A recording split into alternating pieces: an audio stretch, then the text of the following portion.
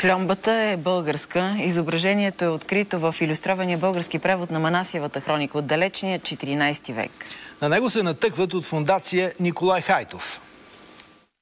За произхода на гъвкавото А от години спорят различни държави. Оказва се обаче, че родината на кльомбата е България. Маймунското А фигурира в първия български превод на Манасиевата хроника, а той е направен през 1345 година в тогавашната столица Търновград за цар Иван Александър.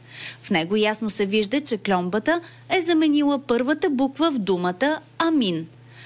Ато с извита опашка не присъства в букварите, но днес почти няма млад човек, който да не познава символа.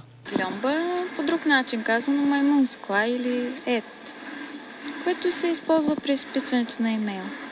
Думата кльомба обаче е била позната у нас още преди компютрите и интернет и е означавала грозно написана буква.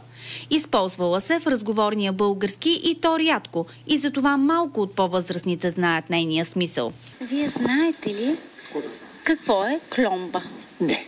Кльомба чувал съм по телевизията, ама не го знам какво е. Ами това е буква според мен.